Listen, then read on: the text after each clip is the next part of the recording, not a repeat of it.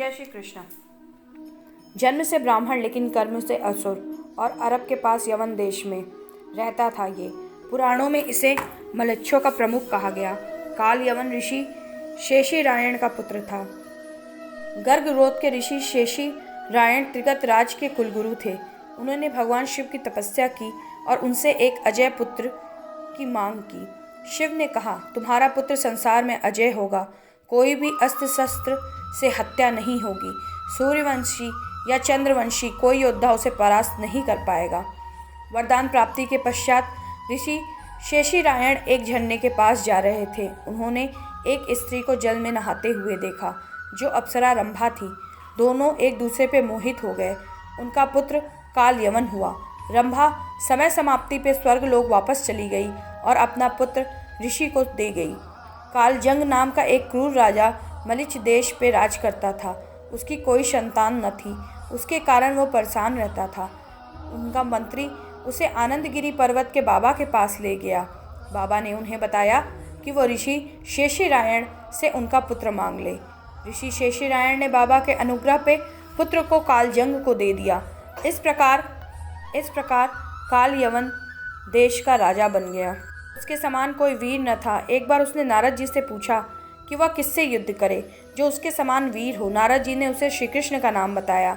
राम के कुल के राजा शल्य ने राजासंध को यह सलाह दी कि वो कृष्ण को हराने के लिए काल यवन से दोस्ती कर ले।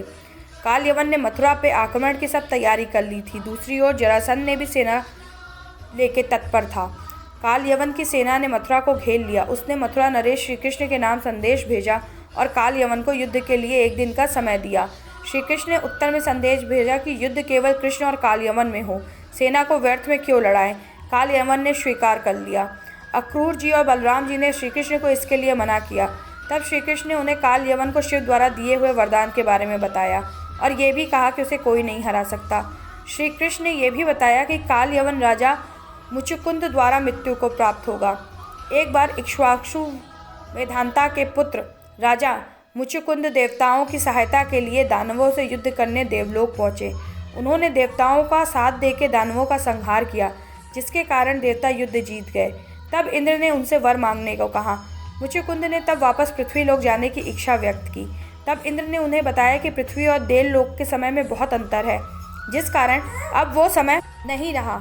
अब तक तो तुम्हारे सभी बंधु बांधव मर चुके होंगे, उनके वंश का भी कोई नहीं बचा। यह जान के मुचुकुंद बहुत दुखी हुए और वर मांगा कि उन्हें कलयुग के अंत तक सोना है। तब इंद्र ने मुचुकुंद को वरदान दिया कि किसी धरती के निर्जन स्थान पर जाके सो जाए। यदि कोई तुम्हें उठाएगा तो तुम्हारी दृष्टि पड़ते ही वो भस्म हो जाएगा। इसी वरदान का प्रयोग श्री कृष्ण ने काल यमन को मृत्यु देने के लिए करना चाहते थे। जब काल यमन और श्री कृष्ण में द्वंद्व युद्ध हो रहा था, तब काल यमन श्री कृष्ण की ओर दौड़ा। श्री कृष्ण तुरंत ही दूसरी ओर मुंह करके रणभूमि से भाग चले और काल यमन उन्हें पकड़ने के लिए उनके पीछे पीछे दौड़ने लगा। श्री कृष्ण लीला करते हुए भाग रहे थे। काल यमक पग पग पे यही समझ रहा था कि अब पकड़ा तो तब पकड़ा। इस प्रकार भगवान बहुत दूर पहाड़ की गुफा में घुस गए।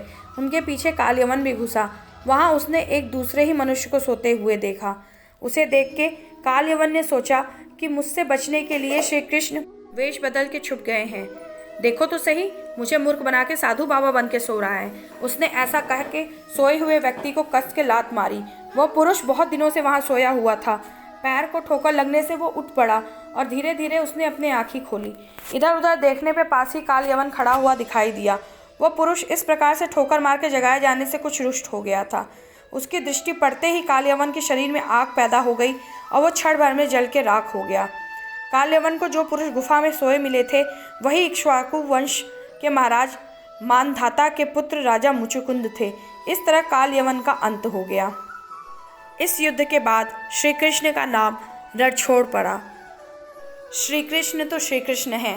जीवन में कौन सा ऐसा रण है जो उनके नाम लेके जीते नहीं जा सकते।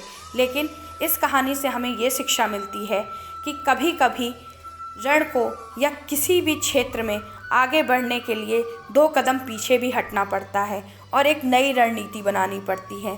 आशा करती हूँ आपको ये कहानी अच्छी लगी होगी।